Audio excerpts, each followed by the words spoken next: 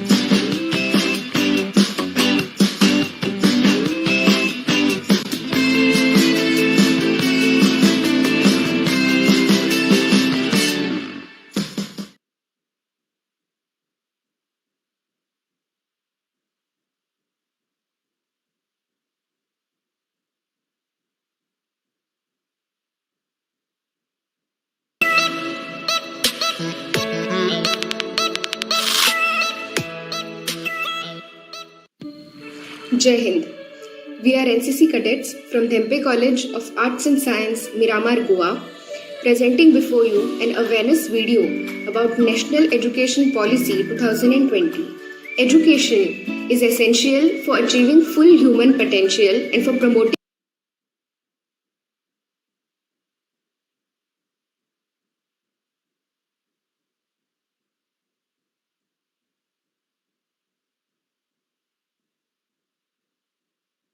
national development. With the quickly changing employment landscape and global ecosystem, it is becoming highly important that children not only learn, but learn how to learn. Thus, education must move towards less content and more towards learning how to solve problems, how to be creative, how to be innovative, and mainly how to adapt to the changing fields. To fulfill these needs, the Union Cabinet of India approved National Education Policy 2020 on 29 July this year. The goal is to ensure quality education and promote lifelong learning opportunities for all. बहुभाषिकता आणि भाषेची ताकद. राष्ट्रीय शैक्षणिक धोरणामध्ये किमान इयत्ता 5वी पर्यंत आणि प्राधान्याने 8वी आणि त्यानंतरही मातृभाषा किंवा स्थानिक भाषा किंवा प्रादेशिक भाषा हे शिकवण्याचे माध्यम असावे यावर भर देण्यात आला आहे. शालेय आणि उच्च शिक्षणाच्या सर्व स्तरांवर विद्यार्थ्यांना 3 भाषांच्या सूत्रासह संस्कृतचाही एक पर्याय दिला जाईल. भारतातील इतर अभिजात भाषा आणि साहित्य देखील पर्याय म्हणून उपलब्ध असतील. एक भारत श्रेष्ठ भारत या उपक्रमांतर्गत इयत्ता 6वी ते 8वी साठी भारताच्या भाषा या विषयावरील मजेदार प्रकल्प तसेच उपक्रमांमध्ये विद्यार्थी सहभागी होतील. माध्यमिक स्तरावर विविध परदेशी भाषांचा पर्याय देखील दिला जाईल. दिव्यांग विद्यार्थ्यांकरिता वापरण्यासाठी भारतीय सांकेतिक भाषा म्हणजेच ISL संपूर्ण देशभरात प्रमाणित करण्यात येईल आणि राष्ट्रीय आणि राज्य अभ्यासक्रम सामुग्री विकसित केली जाईल. कुठल्याही विद्यार्थ्यावर कोणतीही भाषा लादली जाणार नाही. गरजेचे विषय, कौशल्य आणि गण हाचो अभ्यासक्रमात एकवट. अभ्यास म्हणटकूच सगळ्यांचीच मना भावतात. पूण चितात होत अभ्यास जर आम्ही नाचत गायत करीत जाल्यार सगळ्यांचीच मना फुलतली. नवे राष्ट्रीय शैक्षणिक धोरण म्हळ्यारच न्यू एज्युकेशन पॉलिसी भुरग्यांक आपलो विषय निवडपाक मेकळेपण दिता. तशेंच थोडे विषय सक्तीचे करता जाणे करून भुरग्याचो सर्वगुण विकास जातलो. बेगा शिवाय शिकप जायना. कोण म्हणटा जर शिकपाक नाच, बागकाम, शिल्पकला ह्या सारखे विषय असत जाल्यार हांव तर उमेदीन शाळेत वतले. भारताचे ज्ञान उशिरा जावं पण आमकां कळ्ळा की आमच्या भारतात पुरातन काळांतल्यानूच ताच्या प्रत्येक कणात, दायजात, वर्णात, संस्कृतीत महत्वाचो आणि विज्ञानाचो आस्पाव आसा आणि भारताचे ज्ञान आमच्या माणकुल्या भुरग्यांकडेन पावोवपाचो हातूंतल्यान यत्न आसा. डुईंग व्हॉट्स रायट हातून भुरग्यांचे ल्हानपणांतल्यानूच बरे संस्काराची वाटचाल जाता. पंचतंत्रा, हितोपदेश, जतका ह्या सारक्यो काणयो भुरग्यांच्या मनाचेर प्रभाव हाडटा. जेन्ना शिकप आपल्या मुळांतल्यान जाता तेन्नाच ताची पावलां विकासाकडेन पडटलीं. The various initiatives mentioned into the new education policy will help large number of international students to come here and study in India. It will also provide a greater chance for Indian students to go abroad and study. Because of the new education policy, India will be seen as a global study destination across the globe, which will be known for providing quality education at an affordable price, and thus restoring India's position of Vishwa Guru. Over 85% of a child's cumulative brain development occurs prior to the age of 6. Through ECC, that is Early Childhood Care and Education concept, every Anganwadi centers shall be strengthened with the high-quality infrastructure, play equipments, and well-trained teachers and workers. ECC shall also provide ashram shalas within the tribal-dominated areas. The curricula and the pedagogical structure shall therefore be guided with 5+3+3+4 design, which includes the very first foundational stage, which has 5 years in it, preparatory stage, which has 3 years in it, middle stage, which again includes 3 years in it, and the very last, that is the secondary stage, which has 4 years included in it. All efforts shall be made to provide high quality bilingual textbooks within our country. As we know, education provides us the knowledge of the world around us. It helps us build our own opinion and our own perspective over our life. In these coming years, with this new education policy of 2020, India's youth shall soon be seen as perfect future leaders. The time is not far for our country to wipe out this whole illiteracy issue lying within us. So let us assure each other that this good change within our country will bring out the best version of India. Jai Hind.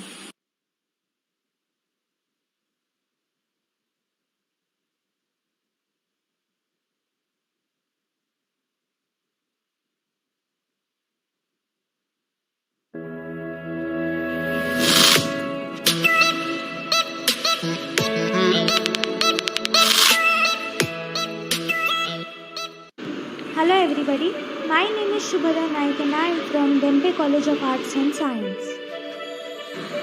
The first education system in India was launched in the year 1968. The second education policy was introduced in the year 1986. Later, in the year 1992, there were slight changes that were actually made to the national education policy, and now, after a span of almost 34 years, the entire education system has been restructured. And the government of India has introduced this national education policy to meet the changing dynamics of the population's requirements with respect to innovation, quality education and research, aiming to make our country India a knowledgeable superpower and eliminate the shortage of manpower in fields of science, technology, academics, vocational and industrial.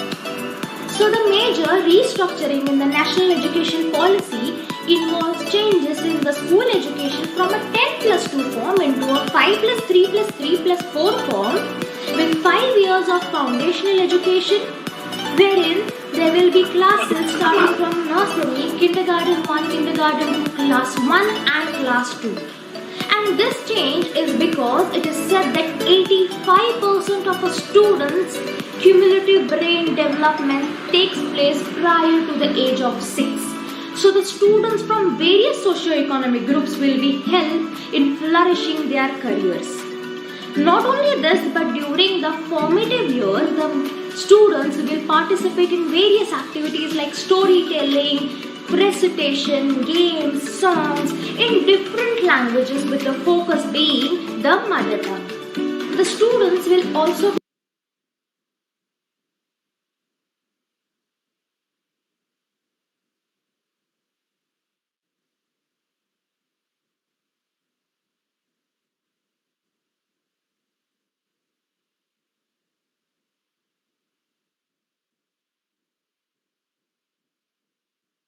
be taught good behavior, teamwork, personal and public hygiene and all the other manners that help a student to usher in the educational field. The NEP also focuses on multilinguistic holistic approach. That means that it aims in retaining and developing our Indian languages including Sanskrit and Pali. And this in turn is going to help the children to acquire knowledge and literature written in different languages. And if this step is not implemented in our country, then the Indian languages that have been existing for thousands of years will be completely weathered out. And thus, it becomes an extremely important point to implement this rule of the national education policy. And not just this, but the education policy or the NEP also encourages learning of foreign languages. Next, according to the national education policy, there will be a drastic change in the higher educational sector as well. It will be more holistic and multidisciplinary, and undergraduate programs as well as the postgraduate programs will have multiple entry and exit options. The certificates will be provided on completion of the 1 year Education or the 2-year is diploma essential course, for achieving full 3-year human bachelor's potential and for 4-year promoting national multidisciplinary development. With the quickly changing which will employment include landscape and research global work in the ecosystem, 4th year it is becoming and highly important providing that a children platform not for only learn innovation. but The learn how higher to learn. institutions will start Thus, up research education must centers move and towards also less start up content and incubator more centers and towards have learning how to solve academic problems, linkages with how the to be industry. creative, how to be Wherein they will innovative, provide and mainly research how to in adapt to the humanities, changing fields. science and To the field fulfill of these business. needs, the Not Union only this, Cabinet but of India activities like music, approved dance, National art, Education theatre, Policy sports, 2020 translation, on which 29 was July then this year. considered The as goal is to extracurricular ensure activities quality and education now and the part promote of lifelong curriculum learning and opportunities credits for will be all. earned as per the बहुभाषिकता interest of the आणि student. भाषेची ताकद Also, the राष्ट्रीय students शैक्षणिक studying pure धोरणामध्ये science, किमान इयत्ता mathematics, 5वी पर्यंत economics, आणि commerce प्राधान्याने will 8वी also आणि have the त्यानंतरही academic credit. And मातृभाषा each किंवा स्थानिक individual is भाषा going to किंवा have an प्रादेशिक भाषा academic hey bank of शिकवण्याचे credits माध्यम in असावे which all the यावर भर credits देण्यात gained आला by a आहे. particular student are शालेय going to आणि be उच्च stored शिक्षणाच्या सर्व and the स्तरांवर degree विद्यार्थ्यांना certificate will 3 be भाषांच्या given on the सूत्रासह basis of संस्कृतचाही completion of एक the पर्याय credit. दिला So this जातो. extremely तर ती इतर flexible and comfortable भाषा आणि national साहित्य education देखील policy launched by the पर्यायपूर्ण government उपलब्ध is going to be a revolutionary श्रेष्ठ step भारत in या making our country उपक्रमांतर्गत India इयत्ता a 6वी ते global 8वी group. साठी So let us all get भारताच्या together भाषा and या welcome this विषयावरील national नवोदित education प्रकल्प policy. तसेच उपक्रमांमध्ये विद्यार्थी सहभागी होतील. माध्यमिक स्तरावर विविध परदेशी भाषांचा पर्याय देखील दिला जाईल.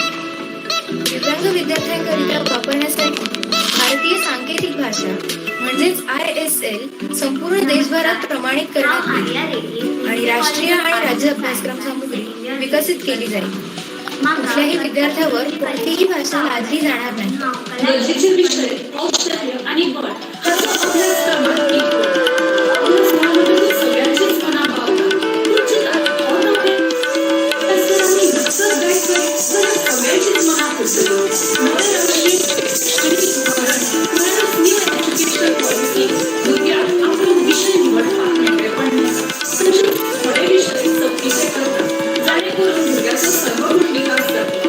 बेभाषेने शिकवता येणार पण म्हणतात जर शिकवत नाच काम शिकवताना यासारखे विषय असतात तर बेबी शाळेत भारताचे ज्ञान उशिराचा आपण कळला की आमच्या भारतात पुरातन काळातील प्रत्येक कणा गायचा वर्णन संस्कृती महत्वाचा आणि विज्ञानाचा आणि भारताचे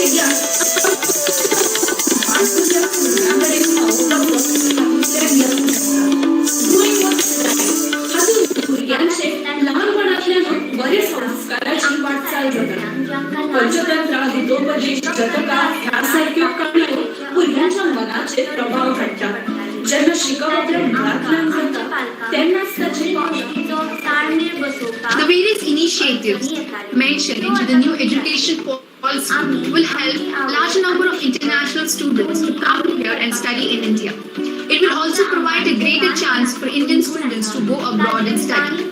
Because of the new education policy, India will be seen as a global study destination across the globe, which will be known for providing quality education at an affordable price, and thus restoring India's position of Vishwa Guru. Over 85% of a child's cumulative brain development occurs prior to the age of 6.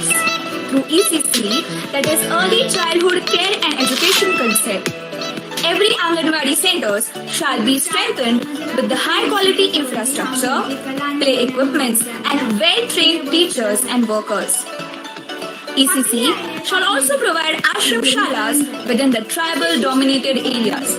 The curricula and the pedagogical structure shall therefore be guided with 5+3+3+4 design, which includes the very first foundational stage, which has 5 years in it, preparatory stage, which has 3 years in it, middle stage, which again includes 3 years in it, and the very last, that is the secondary stage, which has 4 years included in it.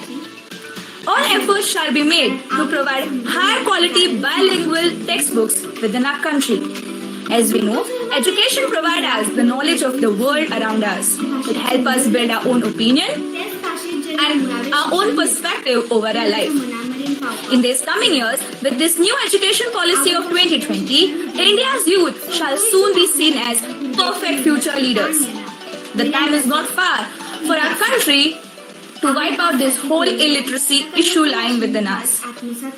So let us assure each other that this good change within our country will bring out the best version of India. Jai Hind.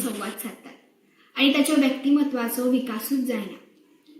आज आजी कितें उलयता ते तांकां कळना. ताचो खूप वायट परिणाम जाता. परिसरात सवणी, झाडां, फळां, खावड तांची गिन्यान भुरग्यांक आवड पहिली खुटी आवय भाशेंतल्यान मारून बाकीच्यो Hello everybody, my name is Shubhada Naik and I am from Dhempe College of Arts and हालींच Science. कोंकणी भाशा मंडळान जायते मुळावे The first education system in India was launched in the year 1960. The second education policy was introduced in the year 1986. Later, in the year 1992, there were slight changes that were actually made to the national education policy, and now नव्या शिक्षण पद्धती the entire education system has been restructured. And the government of India has introduced this national education policy to meet the changing dynamics of the population's requirements with respect to education, quality education and research, aiming to make our country India a knowledgeable superpower and eliminate the shortage of manpower in fields of science, technology, was an NCC cadet and represented my college and my state at So national major level at restructuring RDC, in the that is national the Republic education Day Camp, policy 2019 changes in the school I also education from a represented 10 my plus country, 2 India, into a 5 as plus a 3 youth plus 3 plus ambassador 4 in the youth course exchange program with 5 Maldives years of 29. foundational education. I think it is rightfully said. Only the youth holds the power to write and sail into the bright future of our undivided Hello, nation. I welcome They are indeed a hub of Professor random Radhika ideas and idealistic approaches and that also has the capacity to make this Chancellor world a better place to live in. Maji So just from imagine, DHE, we have come a Vipulgare. long way from stones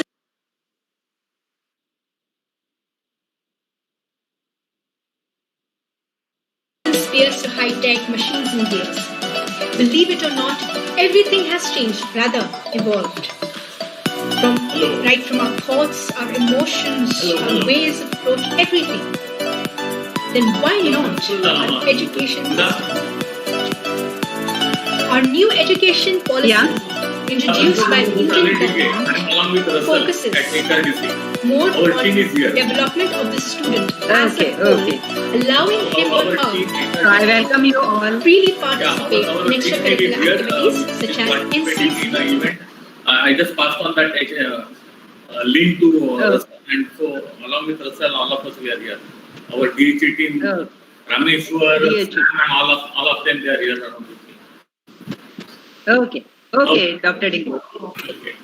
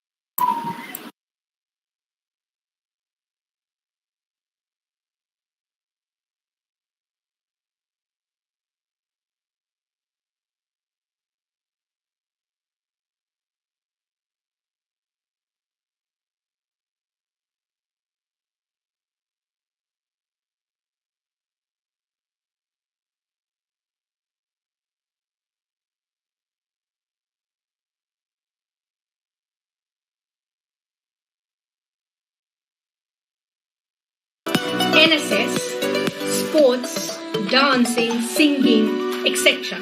Moreover, it promises to give a hands-on experiences and a choice on subjects, basically what the student wants to study and not what he or she is forced to study.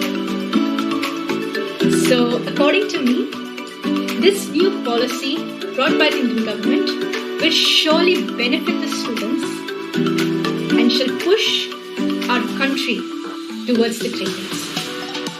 Thank you.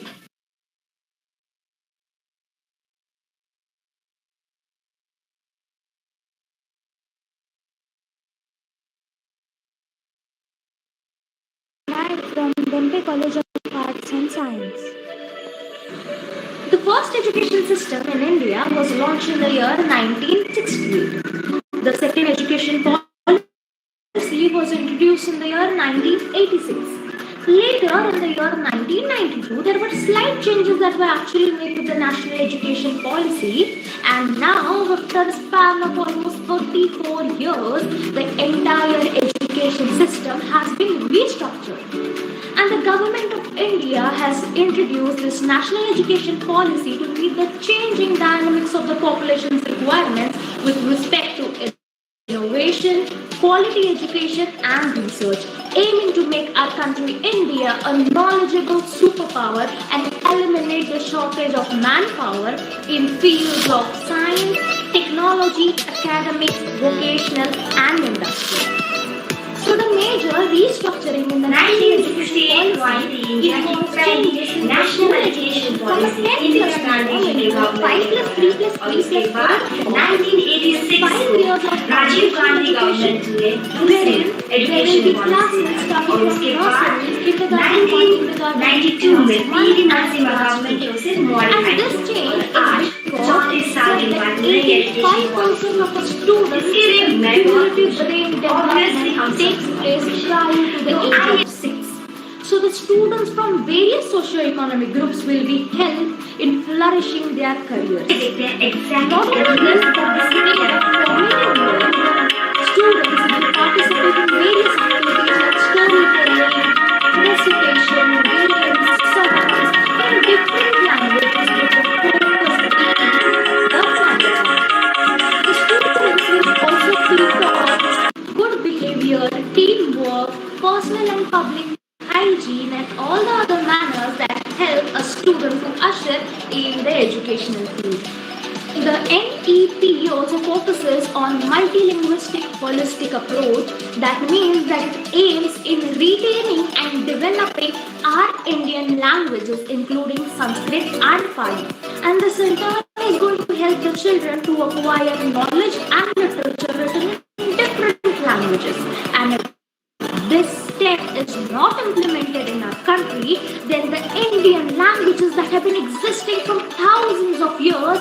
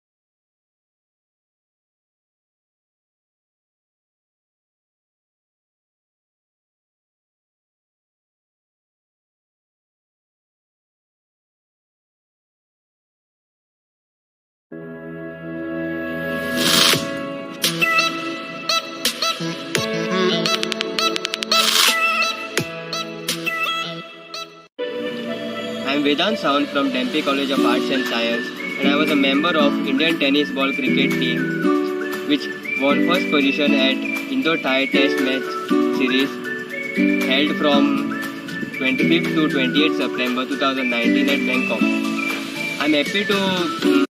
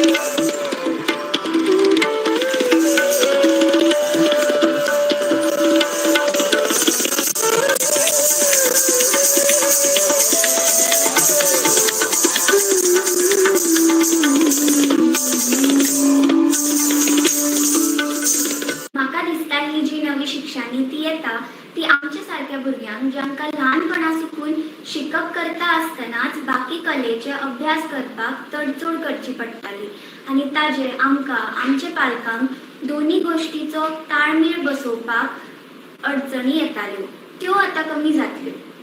आमी आमची आवड आनी शिकप दोन्ही आवडीन करपाक शकतली. आमच्या आंगान जे ल्हानपणासून गुण आसा ताजे जाणीव करून तातूंत प्राविण्य मेळोवपाची सुद्दां आमकां संदी मेळटली. म्हणून हांव आतुरतायेन हाची वाट पळयतां. देव बरें करूं.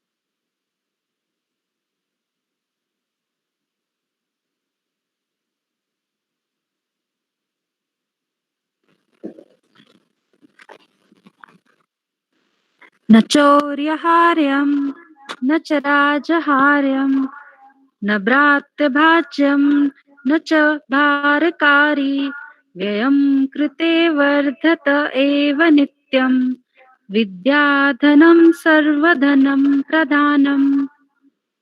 This Sanskrit shloka translates into the following.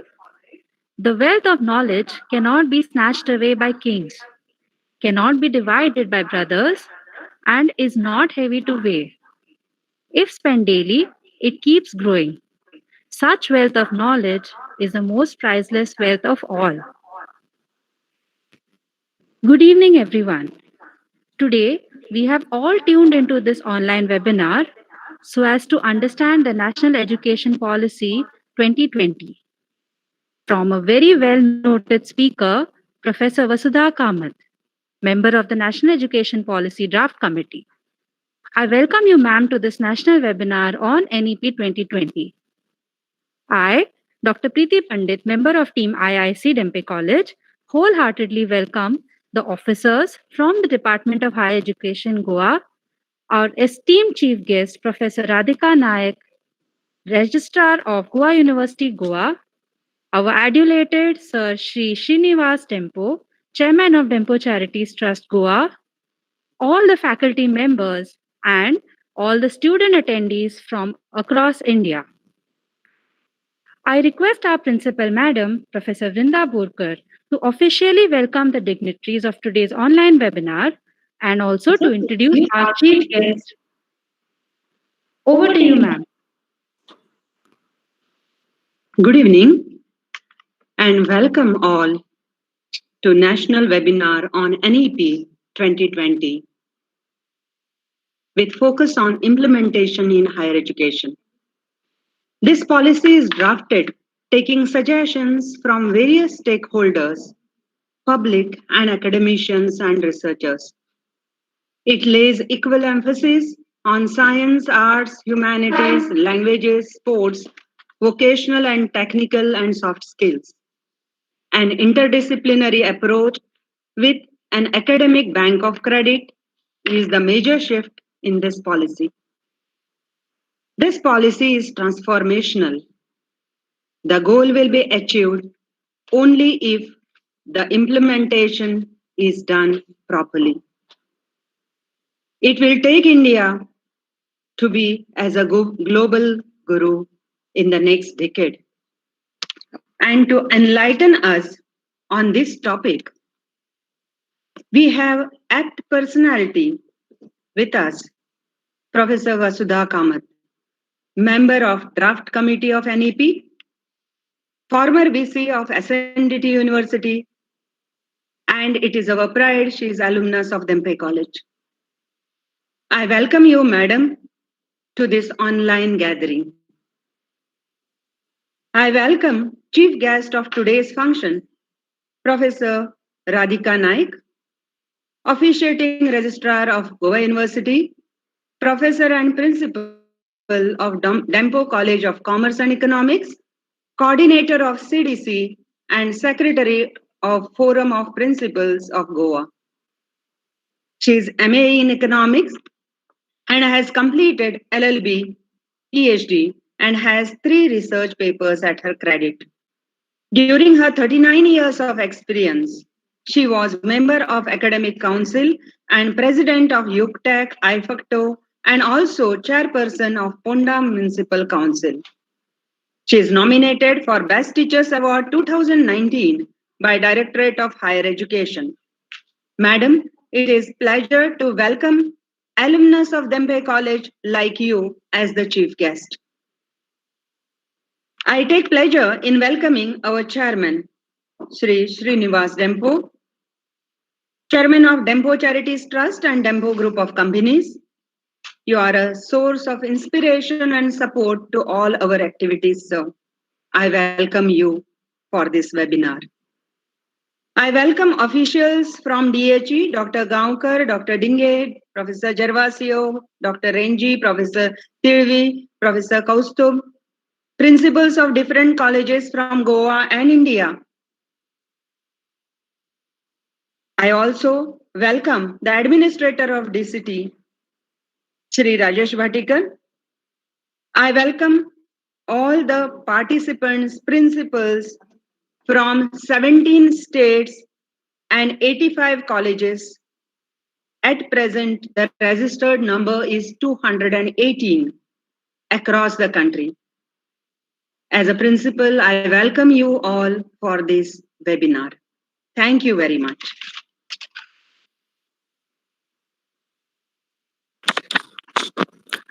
I would now request the chairman of Dhempe Charities Trust, Shri Srinivas Dhempe, to address the webinar and share his thoughts on NEP 2020. Over to you, sir.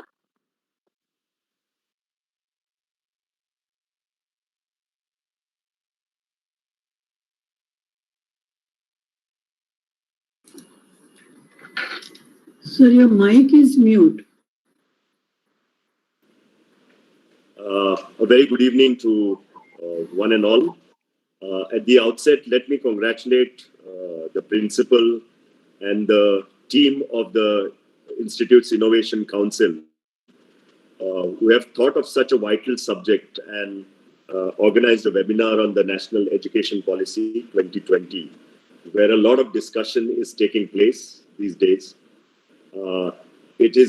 I thank them for inviting me today, and I would also like to add to the welcome of our principal to all the distinguished invitees and participants. It's a great pleasure to share a few thoughts on this occasion. I have had the privilege to talk on this subject on various forums organized, particularly by the business chambers, because you know that business also depends on employed graduates. And one of the complaints in the past has been that though we produce so many graduates, many of them are unemployable. So I'm glad that this discussion is finally taking place. Since the time the National Education Policy of 2020 was accepted, proposed by the HRD Ministry and then accepted by the Government of India earlier this year, various institutes, organizations, agencies, experts have spent a great amount of time. And I don't think anybody debates on the fact that this policy is not beneficial. It's beneficial to one and all. It's great in intent. It intends to bring India's glory back. All of you all must have heard of institutes like Nalanda and Takshashila University, which were highly acknowledged, highly respected, and some of the best institutes of the world. And today, the challenge is that we don't even have any university, despite having the IIMs and IITs of the world that we feature in the top 100 universities. No Indian university has the privilege of featuring. So somewhere down the line, I think we have gone wrong, and we aim to correct this in the new education policy. We now know for certain that the new policy is not incremental, but transformational in nature. The policy has a bold perspective and aims to completely overhaul the education system in India.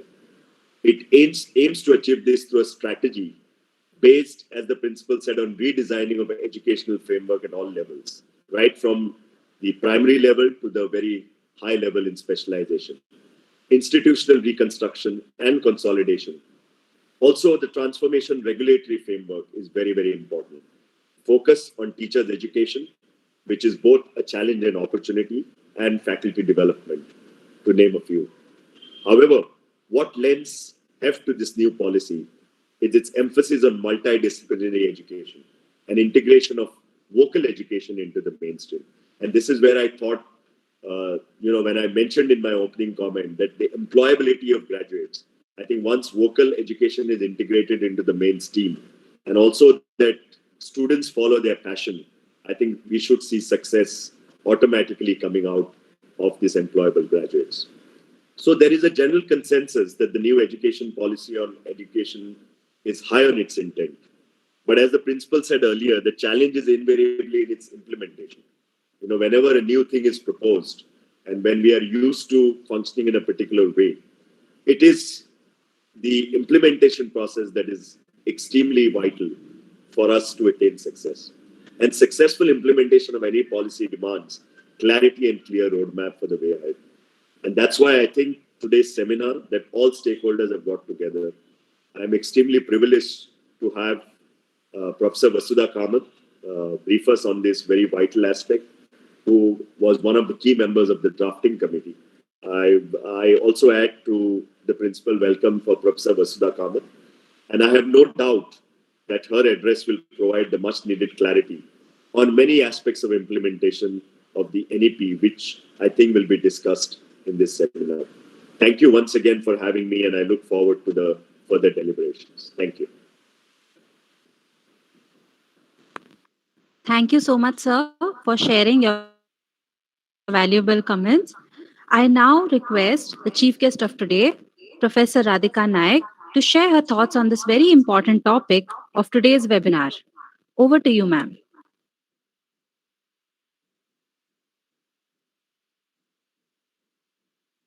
A very good evening to the chairman of Dhempe Group of Companies, Shri Srinivas Dhempoji, the distinguished resource person, Professor Vasudha Kamat, member of the drafting committee of the National Education Policy 2020, and a matter of pride for us in the Dhempe Group that she's alumnus of the Dhempe College.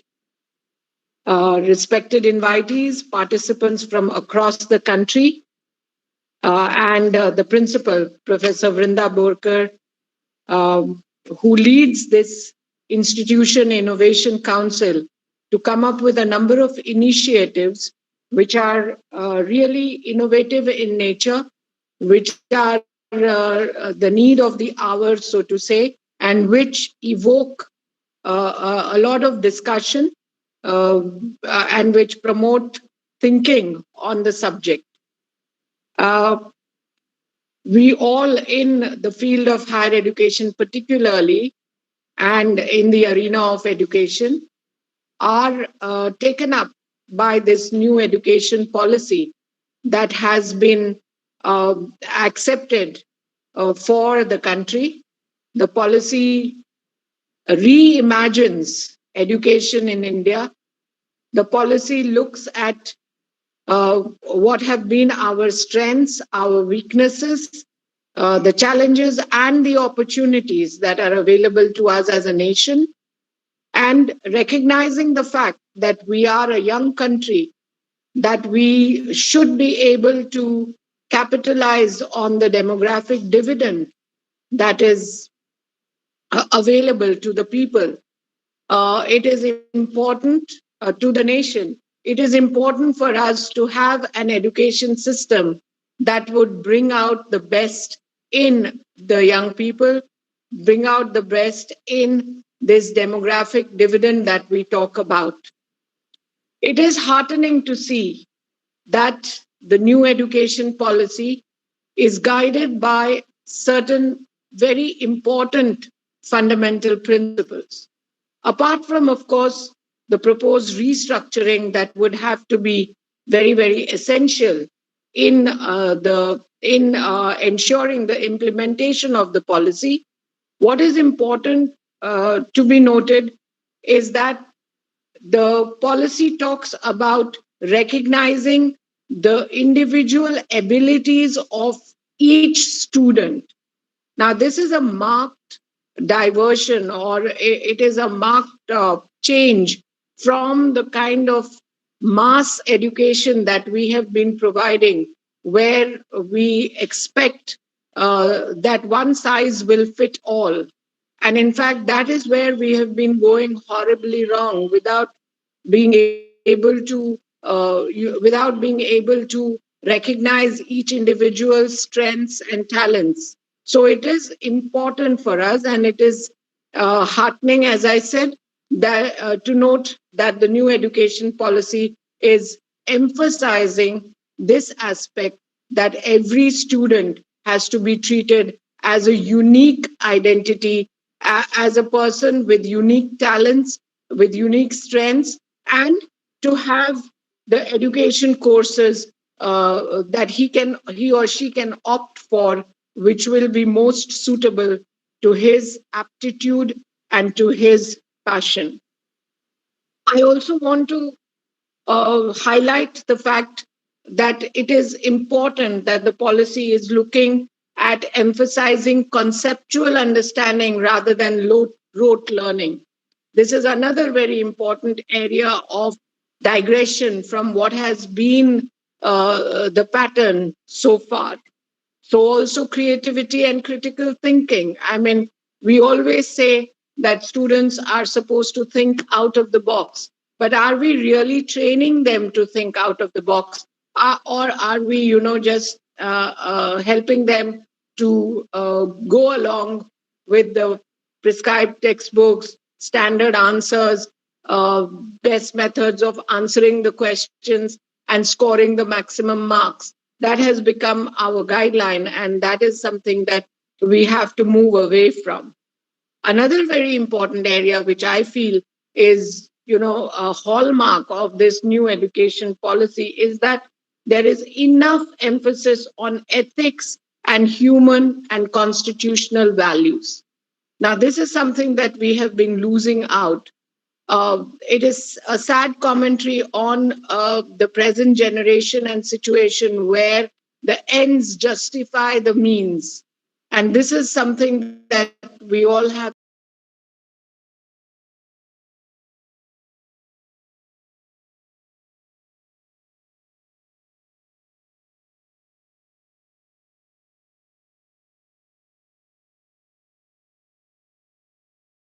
measured and held so dear. And those are the ethics, those are the values that we have to promote. And the new education policy has enough emphasis on that. Of course, what is not lost on any of us is the importance that is being attached to the extensive use of technology in allowing education to permeate to the lowest rungs of social strata. Technology and its use has probably been one of the most revolutionary things that has been the outcome of this pandemic. If ever there was something good that we could speak of in this period of pandemic, it is the way that education has taken to technology. What earlier was supposed to be just optional use of online means of education has now become a way of life. And even if we go back to the normal, the old normal as we see it, the new normal will become a very, very important and integral part of everything that we are doing. So the choice will not be either online or offline education.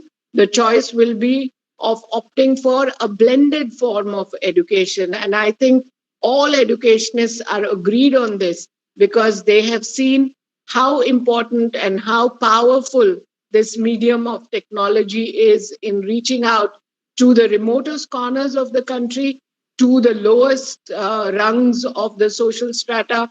And if education is going to be looked at as a means to transform society, as a means of empowerment, then I think technology becomes one of the most important instruments which will bring that about.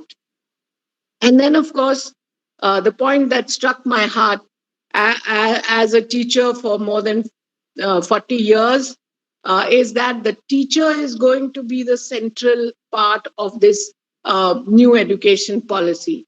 How good or bad a teacher is going to determine how well the new education policy is going to take off. So I think to all my teacher colleagues who are attending this program, it's very, very important for us to know that a lot of responsibility lies on our shoulders on how imaginatively, how responsibly, and how creatively we are going to ensure the implementation of the new education policy.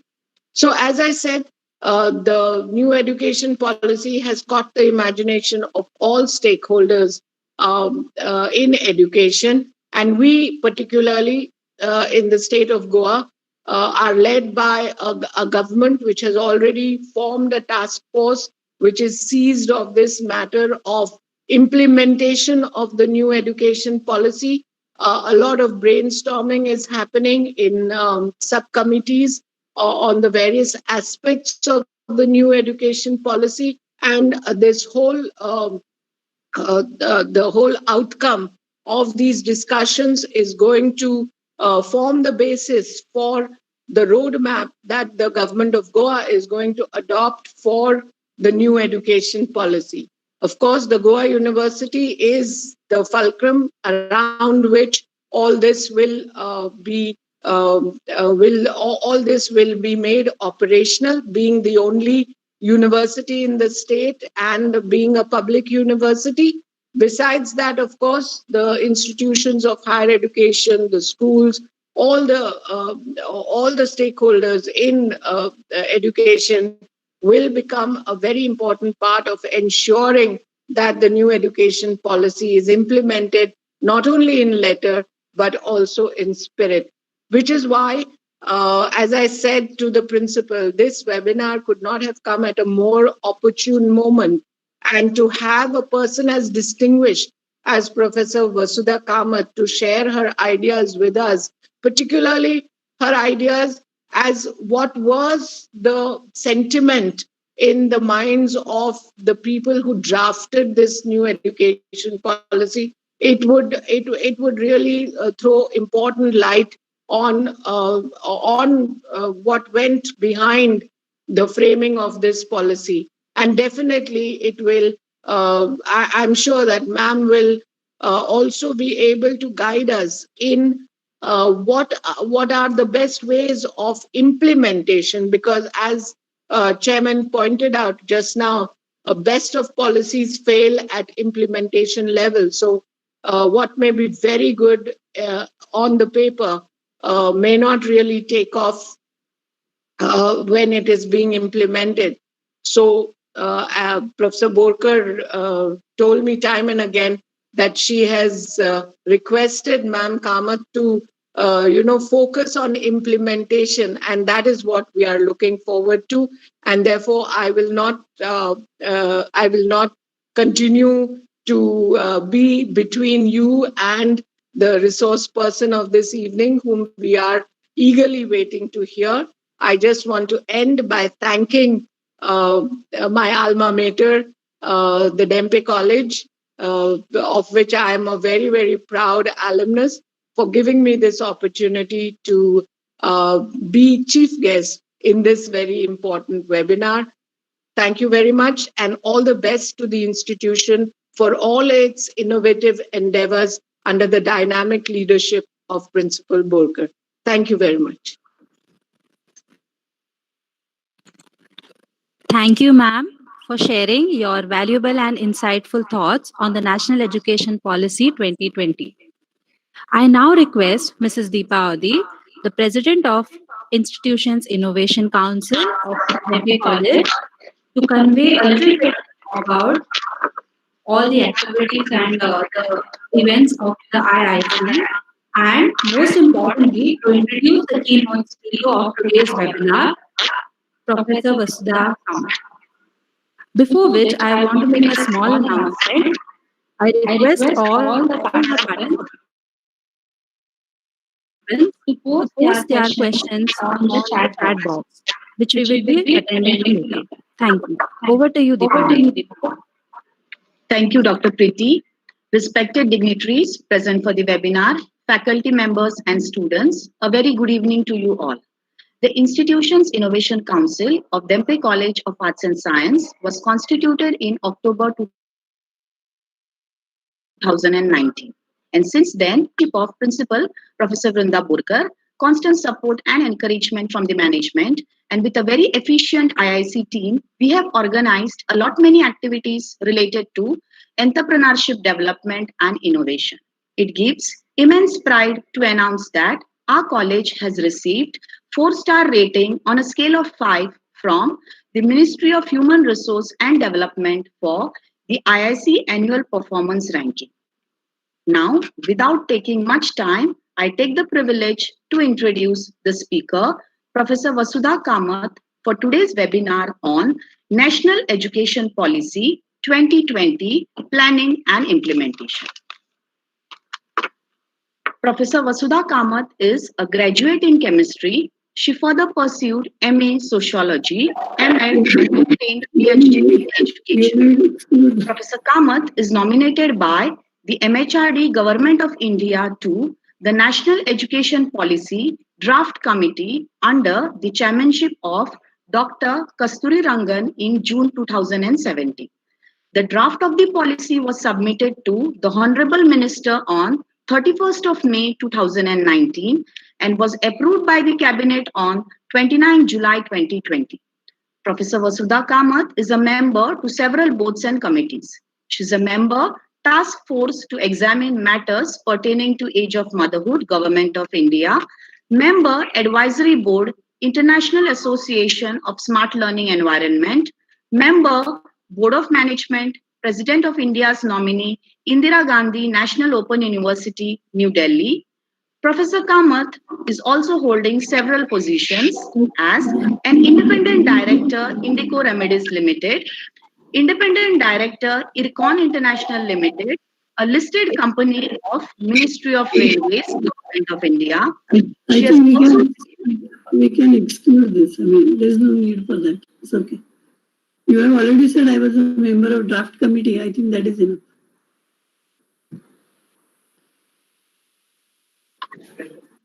Okay. So, we at Dhempe College are very happy to have you, ma'am, here with us.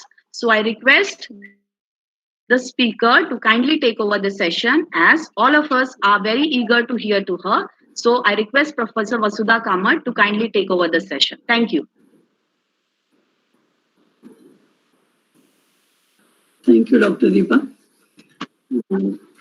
I think at such webinars, people only prefer that I was a member of staff, a member of this committee, Kasturi Rangan.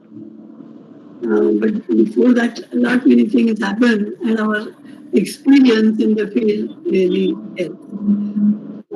I must thank Dr. Borkar for inviting me for interaction with you all today. Professor Radhika Nayak, Registrar of this University, Goa University, Mr. Dhempe, Chairman of DCT, Dr. Borkar, and all dignitaries, teachers, faculty members, and students.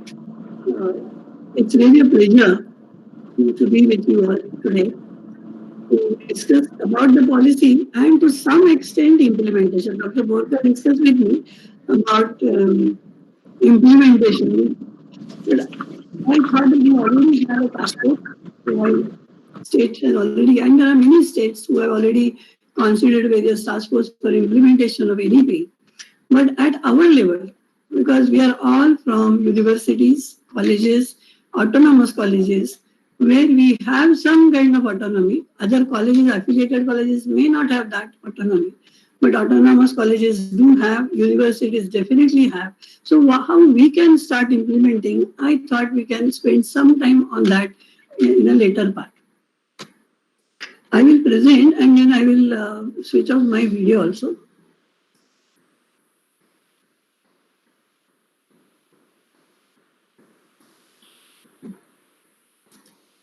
Dr. Deepa, are you able to see my screen? Yes, ma'am. Okay. I'll start with vision.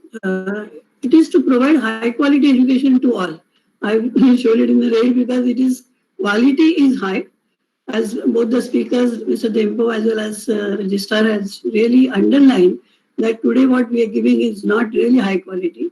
But another important thing is to all. Whoever wants it, whoever visualizes it should get the high quality education from the state. Develop a sense of respect towards fundamental rights and duties. We always talk about rights, but we forget to talk about duties. This policy continuously reminds you that you are a citizen of this great country and you also have duties towards it. Constitutional values, bonding with one's country, this is very important, and a conscious awareness of one's role and responsibilities in the changing world. It also talks about a global citizenship, so that every person in our country must also feel that he or she is a member of this global village.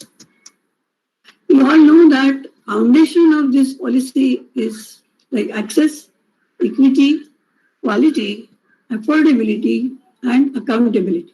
Yes, accountability, not only by teachers, but all stakeholders, and how they are accountable is described also in the draft. Dr. Nayak mentioned about key principles, and I'm very happy that the leaders like her, decision makers, if they really enjoy these key principles, then transformation of higher education is not very late. Emphasis on conceptual understanding, no memory. Critical thinking and creativity, these are the skills, cognitive skills today for 21st century. And we have totally forgotten about that from our curriculum.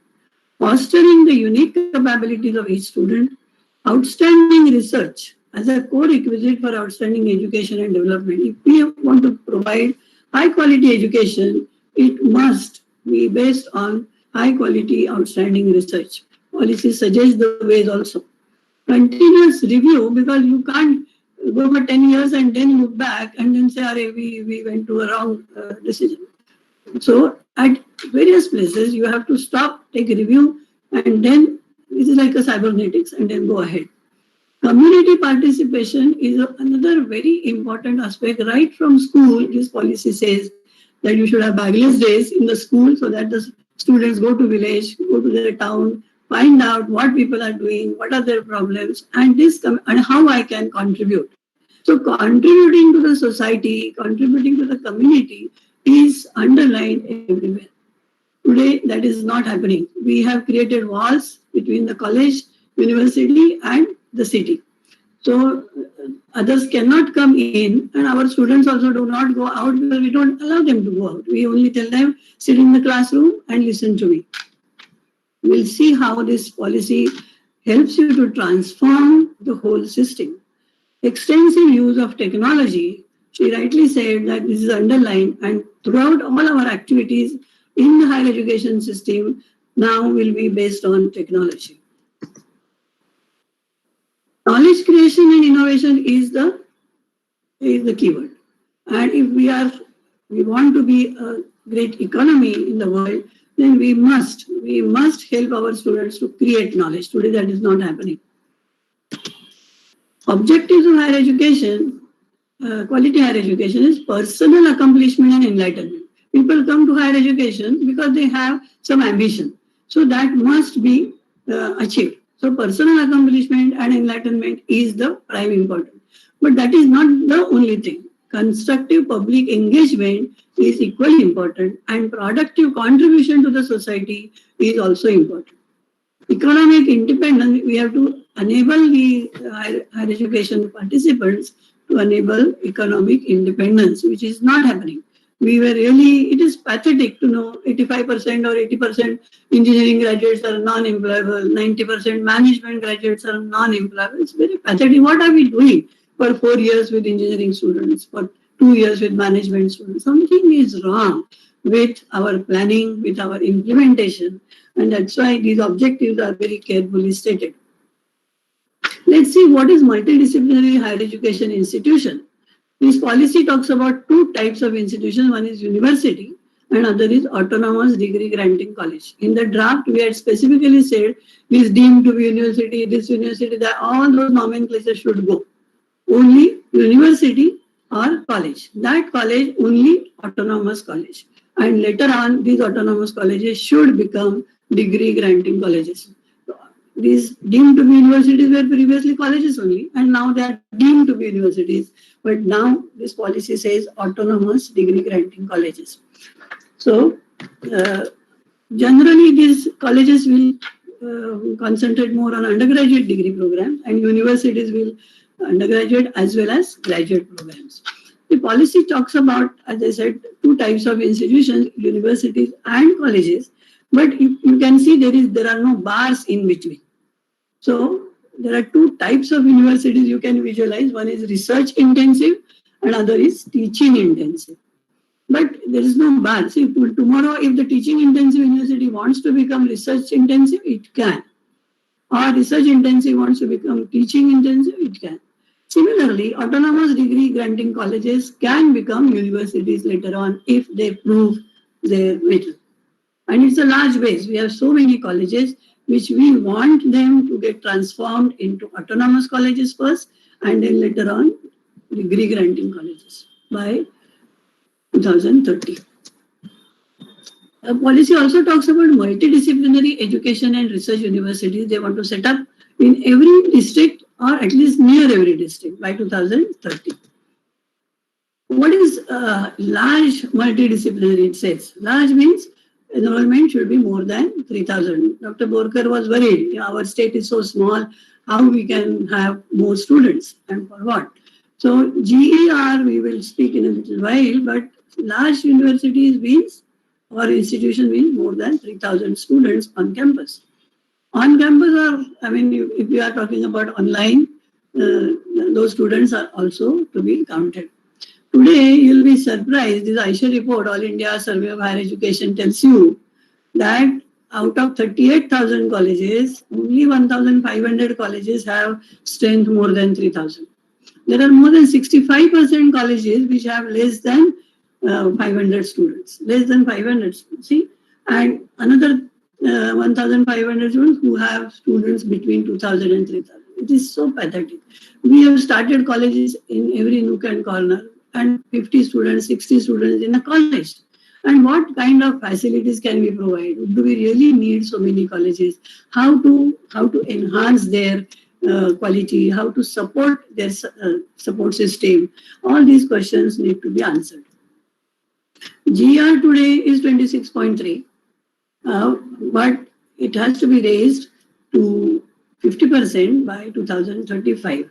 And this can be done by consolidating today's higher education system, by expanding and also improving existing HIs. I think if you ask me, I really don't think we need more because we already have 900 universities and 38,000 colleges.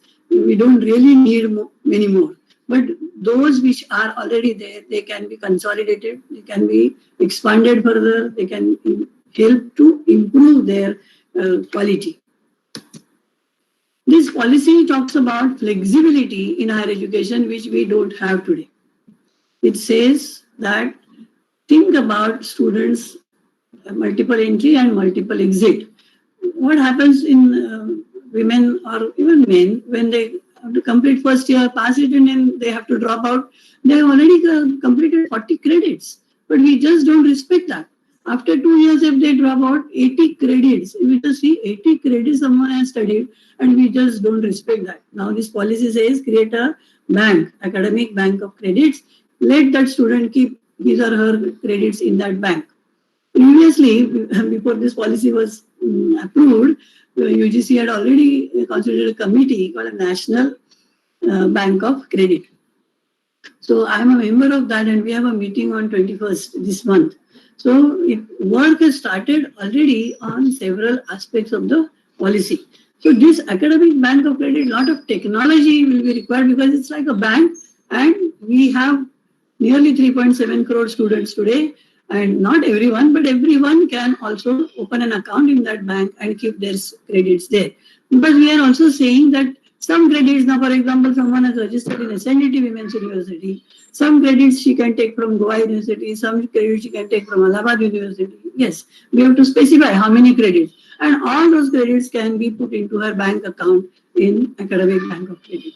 But multiple entry and multiple exit will help the student to satisfy her urge that she is in higher education and she can come back.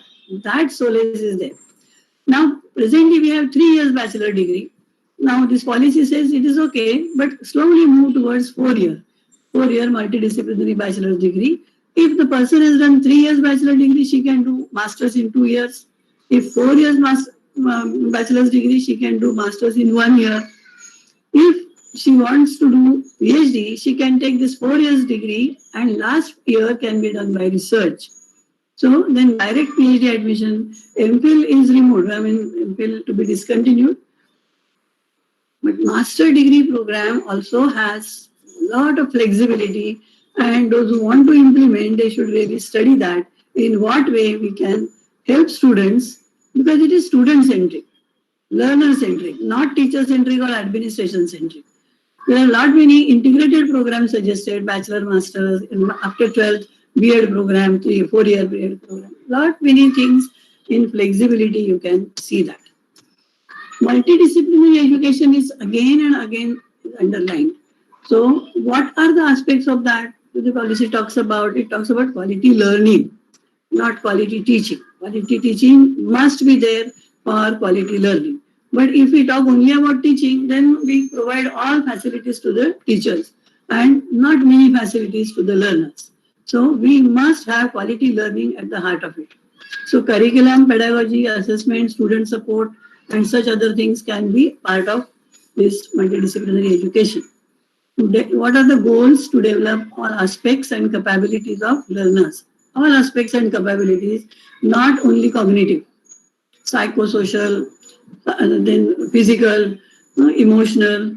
Generally, we really don't care about that. We think it must be done in school. No, even in colleges, universities, we must have sports education. We must provide for these facilities. We must see whether physical development is also taking place or not, because these students will come out at the age of 23. They should be really physically fit also. But we just don't care today.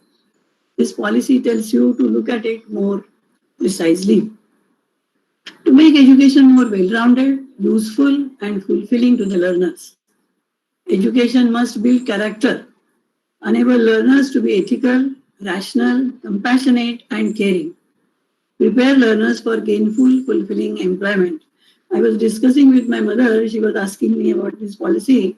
So I said, about community participation we were discussing. See, students from US come to India during their vacation and they want to work. They worked in our trust and societies. And then they taught students about computer education. And then they asked for certificate.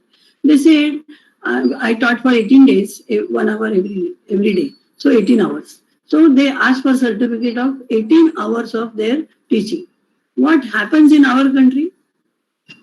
You may get, I mean, not in all cases, but some cases are there. Even without doing, we can get a certificate. If I have put in 18 hours, I can get a certificate for 80 hours. This is ethical.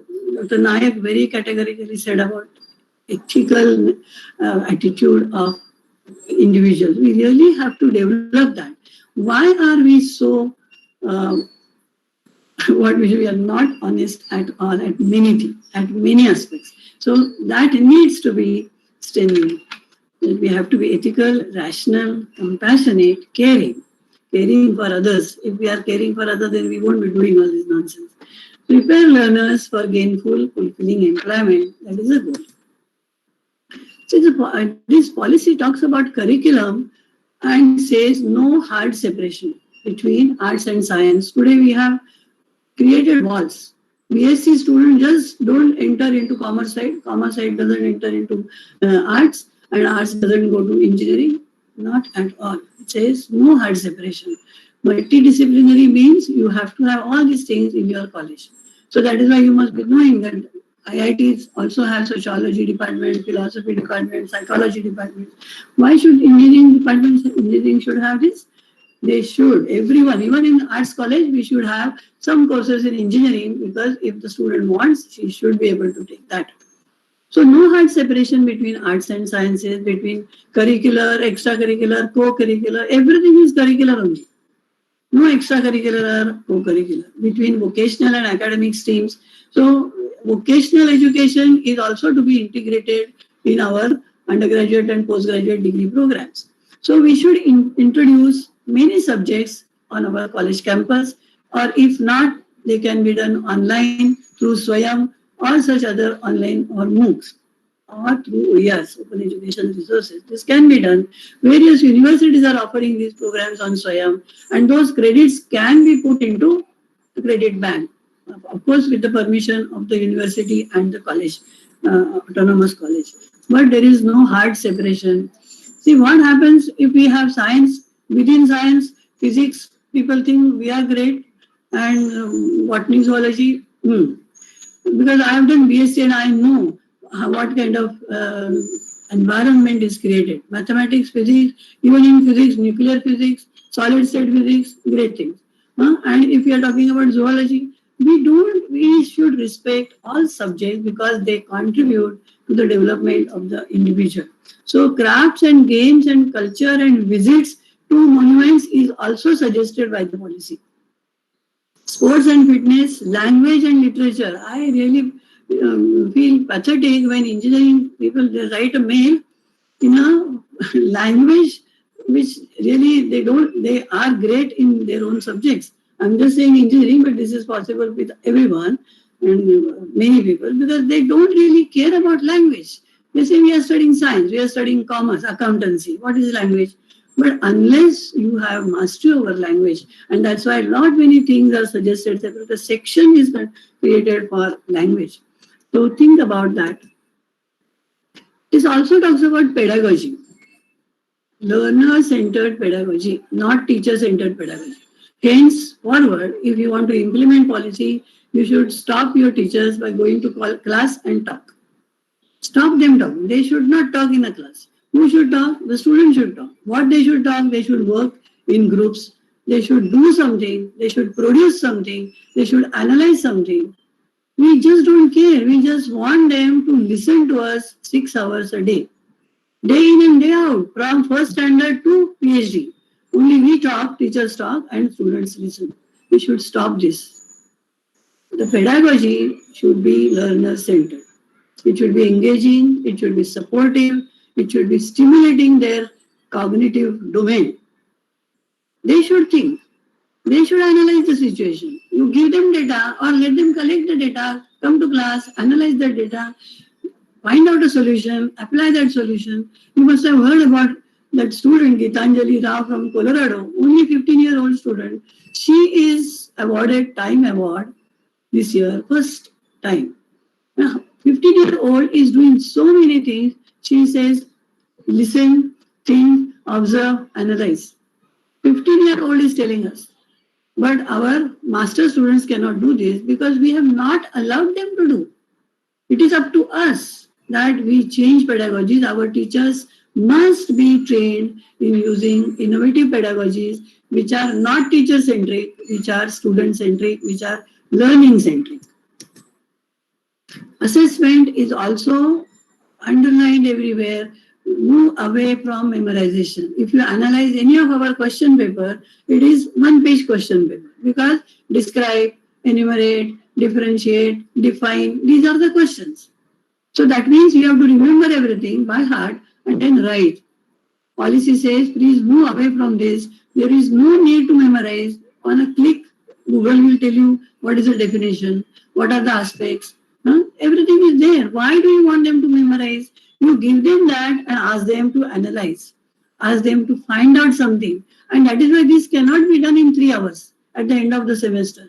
Policy tells you to have a continuous formative assessment, continuous comprehensive assessment. In SNDT Women's University, if I give you an example of Education Technology Department, we offer a master's program in e-learning. For every course, a 4-credit course, there are about 16 assignments. Students have to do something. We don't lecture in a class for the last 20 years because there is no use lecturing. Why should we lecture? Let the students do something so they are not unemployable. Before they get degree, they get a job. Even they get a stipend for their internship. Why? Because people in industry see that they are useful, they are valuable. Does it happen with all our students? It can, provided we change our assessment strategy. Everything depends on assessment, how we assess. If we are assessing only memorization, then we will teach only through lecture method. Notes. Change assessment. Outcome-based approach must be used. Student support, this policy says NEQF must be prepared by GEC, General Education Council. We'll come to that in a minute. Because we already have NSQF, National Skill Qualification Framework, and that framework is there, and this education qualification framework must be in sync with that.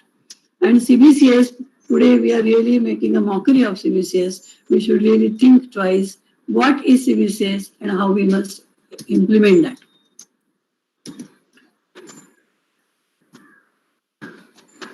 Research and innovation should be focused. Without research, it says the HEI should not be working. So to set up incubation center, technology development center. For my Fulbright, I was working in FSU, Florida State University. They use lot many technologies and they have a sandbox. Sandbox means any student, any teacher can come there and play with the technology because otherwise you don't get any confidence in using technology. You can see Dr. Kamat is using, but I do not know. So unless you use by your hands, by your brain, you will never get a confidence. So sandbox facilities are also created. So lot many things have been suggested by the policy. Greater industry academic linkages, interdisciplinary research. Let's come to governance and regulation. What happens in our country, 1 or 2 institutions are governing the whole higher education system, and that's why they are not really able to do that. So this policy says principle of functional separation. Separate institutions for separate functions. Now, policy has suggested Higher Education Council, Commission of India. Commission, IO. Actually, in the draft, we had suggested Commission for the whole of education. But now in the policy, we have changed it to Higher Education Commission of India. Under that, there are 4 councils. Higher Education Grants Council, UGC will become HEGC. NAC will become NEC, National Accreditation Council. National Higher Education Regulatory Council, this will be the only regulatory council in higher education. See, there are 17 councils sitting on your head. 14 councils. There are 3 more which are not listed. UGC has listed only 14. These are statutory professional councils. And every council is it has a regulatory role. Now what is said in policy that they will not have any regulatory role. Only HERC, National Higher Education Regulatory Council, will regulate. And the 4th council is General Education Council. So what happens with these bodies? They become professional standard setting bodies. So they become PSSBs, and these PSSBs will become members of General Education Council. Now the role of General Education Council is to prepare attributes, graduate attributes, and that qualification framework. So I am saying that these are the things will be done at national level. Do we have to wait for that? Let them do, and after 2 years we will start. There is no need. Some things will be done at state level. Some things can start from a college, can start from a university by changing the curriculum, by changing the pedagogy, and also by changing the assessment. There are many new tools which are come up in assessment, like concept maps. I'll just give a small example. These are concept maps developed by the students. As a teacher, I know that this last one on the right hand side, this group needs my attention because they have really not grasped many concepts and many interrelations of the others have done that. Similarly, mind maps can be used for assessment. The rubrics there are many tools which are already available for creating rubrics. See, I will not go into the detail, but if you think about these 3-4 things, curriculum, pedagogy, and assessment and student support, the whole thing, environment of the college or a university can be changed. Now, our master students are developing their portfolios for the last 20 years. So, portfolios, why can't undergraduate students prepare their portfolios? If they prepare, I really get surprised when I conduct workshops all over the country. I ask them to prepare portfolios, but in portfolios they have to put their assignments. And many teachers tell me, we don't have anything internal, 100% external. So if you don't ask them to do anything during the year, what would they put into portfolio? So lot many things they should, even if it is not for assignment, what are you teaching in projects, problem-based learning, case-based learning, scenario-based learning. So all those things they can put into their portfolios. So I think I will stop here because I was to talk up to 5:25. Assessment will really give a new direction to your higher education system. It is to be transformed, as Dr. Nayak rightly put it. It is not a superficial change which the policy expects.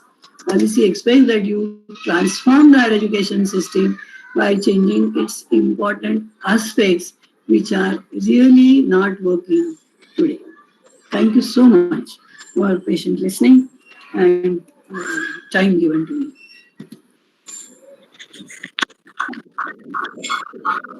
Thank you, ma'am, for throwing light upon the National Education Policy 2020. The talk has really increased our awareness and understanding on this extremely important topic. I'm sure our attendees have enjoyed this lecture as well as benefited greatly from what you have shared with us. It was indeed a pleasure to have you with us on this online platform. Thank you once again, ma'am. It's now time to take few questions. We request all to post your questions in the chat box so that they can be taken.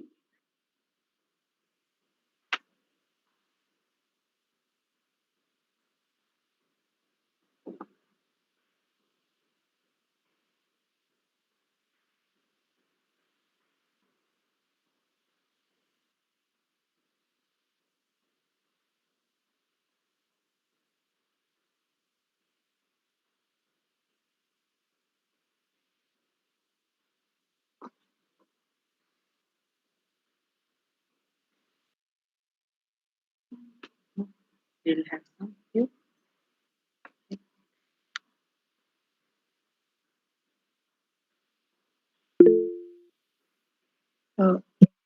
I would like to know if there are some questions on the YouTube. No, because there are also participants in the YouTube, and just check whether there are questions there.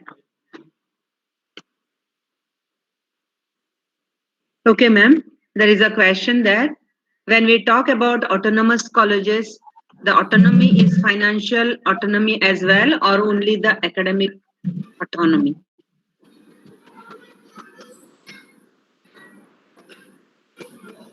I think we must read those 60 pages again. Autonomy word is used for teachers also. Teachers should have autonomy. universities do have autonomy. Colleges are autonomous. We have about 747 colleges which are autonomous, and we have 38,000 colleges in total. So see how difficult it is now to move from 747 to 38,000. So all colleges should prove their mettle, should improve their quality. And why this autonomy to be given to the colleges? Because what happens to universities, they have board of studies, they have members, so they plan the curriculum, they have control of examination or directorate of examination, they set the paper, and they are given to affiliated colleges. So affiliated college teacher only has to teach, go to class and talk. He or she does not know how to frame curriculum, how to evaluate the course which he or she wants to set. He or she does not know how to evaluate, how to assess, because we have never given them an autonomy to do that. This policy suggests if the colleges become autonomous, then that autonomy to be used for developing their own curriculum. Teachers should have autonomy. I'm talking about academic autonomy. See, only in India and neighboring countries we have this affiliating system. Many countries in the world just do not have this affiliating system. Universities and colleges. These colleges are not they are not affiliated. They are autonomous colleges. So we should move towards that.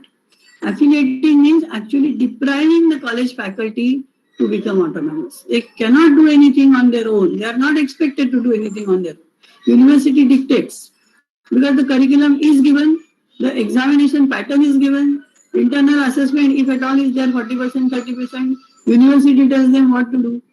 So now this policy is talking about autonomy given to teachers. Every institution should prepare their institutional development plan, IDP, and this should integrate academic plans of all teachers.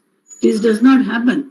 Teachers, because when I became Vice Chancellor, because I am a teacher educator, I asked my teacher, they say, Madam, everything is here. We don't write any, because they thought it is only for the B.Ed students. It is not. Every one of us must prepare. My friends from US, Canada, they have 40 pages syllabus of their 3-credit course.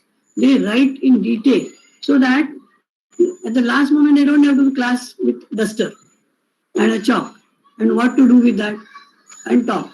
We should not be doing that. We should create resources. We should find out resources. So for that, we need autonomy, academic autonomy, and then the teachers must prepare academic plans. They should be integrated with institutional development plans. There are many questions in the chat box. One is with multiple exit at different levels of graduation, won't it discourage the students for not going ahead in their studies? By Maria. Please don't think negative, because there are students we have seen.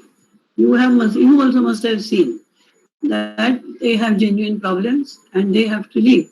Their father gets transferred, something happens at the family, and they have to leave. They have to stop their education. And once they stop, we say, go, get going. We don't care for you. Policy says you must care for them because they're your students. And give that. I mean, if suppose that student has already got 80 credits from you, they can collect other credits from other universities and colleges and get a degree.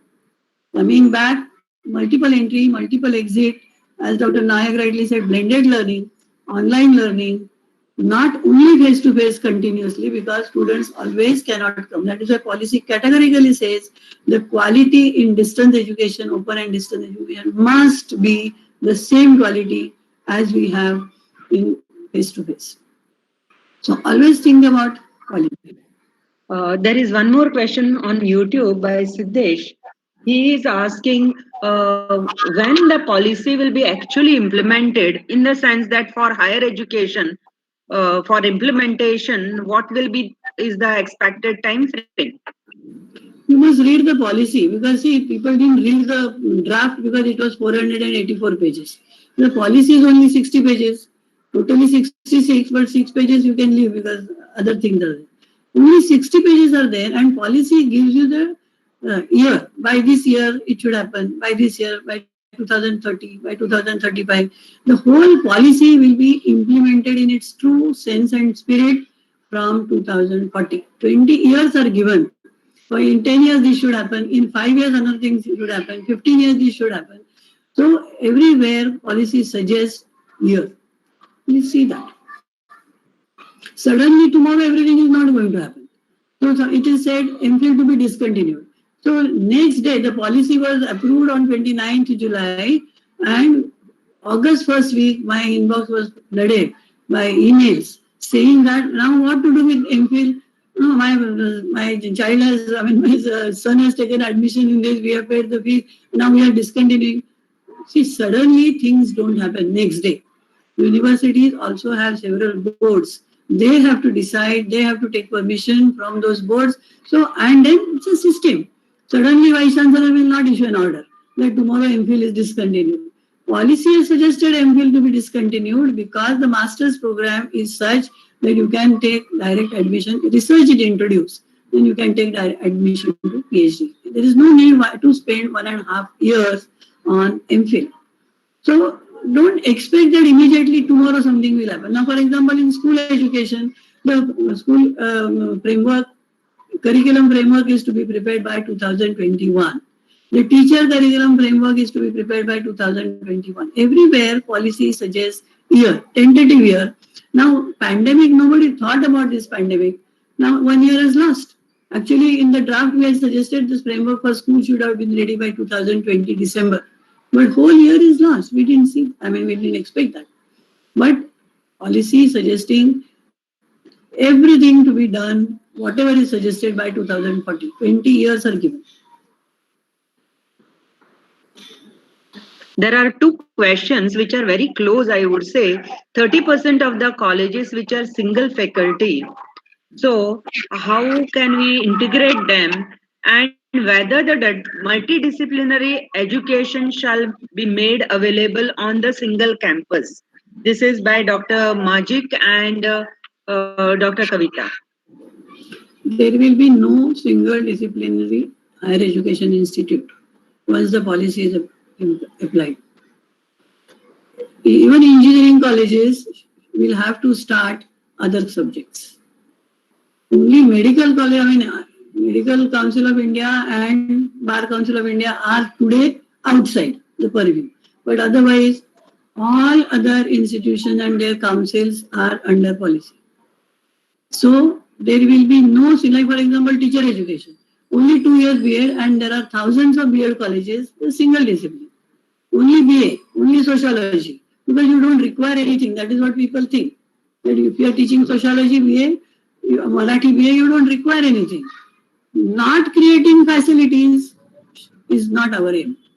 Creating facilities is our aim. If you have only 50 students, can you provide them with online resources, which are paid resources? No. For 50 students, you can't do that. But for 50,000, you can do, definitely. Because per capita expenditure is much less. We spend at SNDT, we spend crores of rupees on online resources. 50 databases we had purchased for all our students because we had several faculties. This is possible because we had 50,000 students. If we had only 50 students, we can't spend crores of rupees. So, creating facilities and creating multidisciplinary approach. See, for example, when I was doing my BSc, I wanted to learn sitar. I wanted to learn Bharatnatyam. They said nothing doing. You have to study chemistry and whatever subsidiary subject, botany, zoology, you study that and keep quiet. Now the policy is saying if a person wants to learn tabla or harmonium or whatever or Carnatic music, let her study that. Let her study. Only thing the universities should or autonomous colleges should say how many credits they require for major, how many credits they require for minor, and how many credits they can earn in other. Like for example, you have to have a 4-credit course on environment education as suggested by Supreme Court. So those 4-credit foundation course is there. Every university has a foundation course. So all these compulsory subjects must be introduced. Language must be introduced. Visits must be introduced. Policy says undergraduate programs must have internships. Now, if you have only one design, one discipline, internship become very difficult. So for engineering, for architecture, for BA, for BSc, every institution will have to go as multidisciplinary. They must start other courses. So students have an access to other courses as well. Now, for example, on our campus, new campus, we have pharmacy college, we have engineering college, we have home science college, so we have polytechnic, we have many departments. So if education technology student wants to learn about learning disability, she takes a course, 4 credit course from special education department. If a home science student, say child development or human development department wants to do information technology, she comes to education technology department. So this happens because we have several departments on campus. So now, slowly, now immediately you can't start so many departments. You have to think about it, plan in advance, and go ahead and start various departments. Start slowly, but increase that. Multidisciplinary is the approach. I think we have 4 more minutes, so one question can be. No, ma'am, because a little late it was, and we would like to take more questions if they are interested. We can, if you don't mind, we can extend by another 5-10 minutes. Okay. There is one question on the YouTube.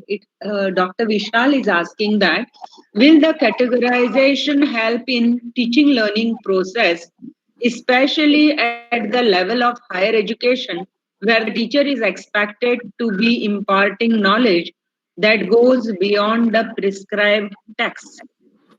Categorization means?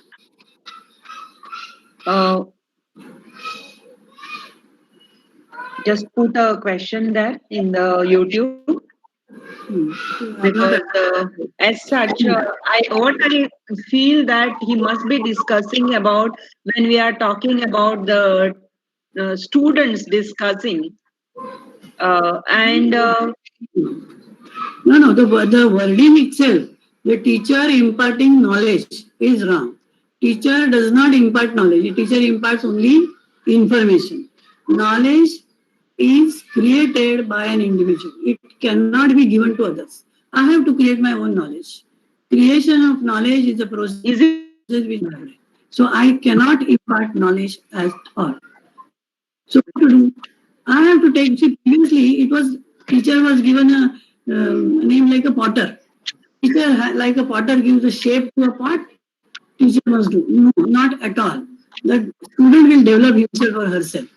They have to create their own knowledge. We have to be like gardener. We have to help them with the light, with manure, with water, and taking care of the plant so that the plant grows. We cannot shape the plant. We should not make them bonsai. We should not cut them so that, near airport you see how the plants are cut so that they look good. Nothing like that with the human beings. Let the human being grow to his or her potential. Please do not impart knowledge. And do not give some. I have said there is no need for giving information in the class. You can give that information through your presentation, through a video, through finding out TED lectures. So many things are possible. Many resources are there. Let the students use that. Give them a question. Why this is happening like this? Why this is not happening in spite of my doing this? Why this is not happening? Let the students think. We don't stop for a moment that student will think. We tell them, we ask the question and we say, answer that question, don't think. This is what we say. On the contrary, we should give them time to think. Let them work in groups. Even during your practical work, they should do in groups. How do we do the practicals? Somebody demonstrates, everything is written down, how to do that, step 1, step 2, step 3, and we are supposed to do that. I'm telling you because I did my BSc. We knew all the answers. Molecular weight we know. Surface tension we know. So what we are taught? We are taught for manipulation. We somehow, latent heat, we know how much it is. So we look at the graph also accordingly, though our actual reading is different. And we find out the answer as 72, this is a surface tension. We should never do that. And there is no need. Using surface tension, what are the things happening in our surrounding? What can be done for preventing certain things using surface tension? These questions should be framed by teachers, and teachers are not ready for it.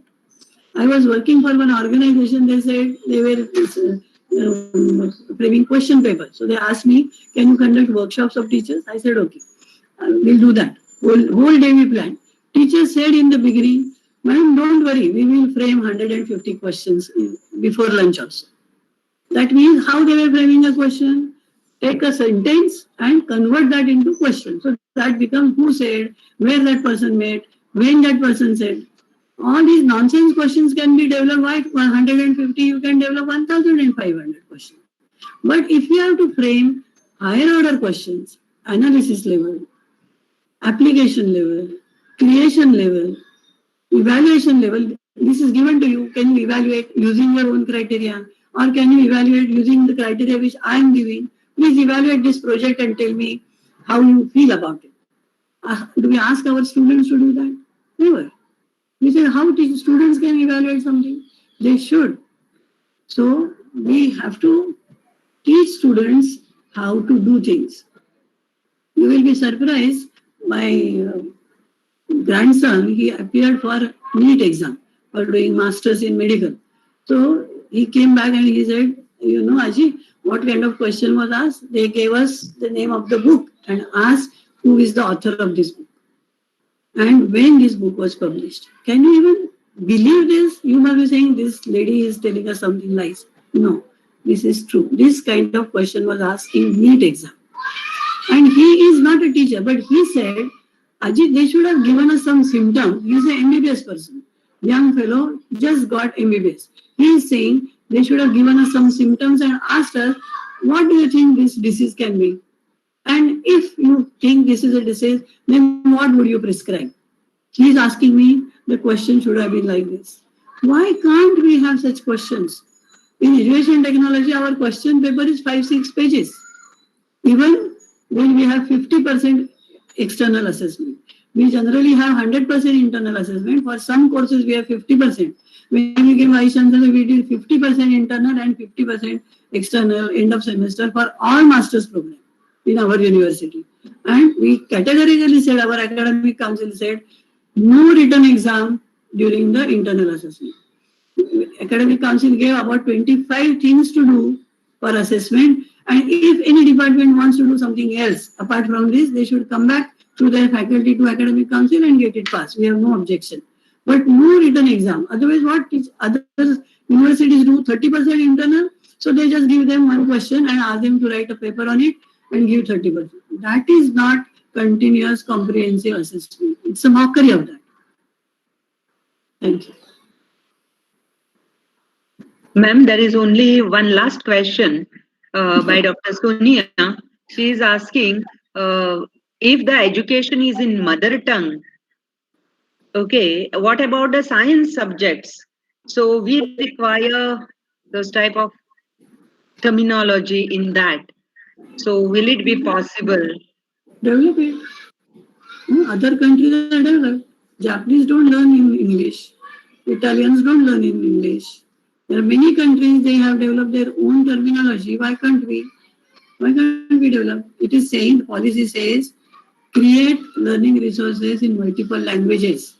It has also suggested to establish Indian Institute of Translation, so that we know this institution should come out with how to translate terminology into different languages.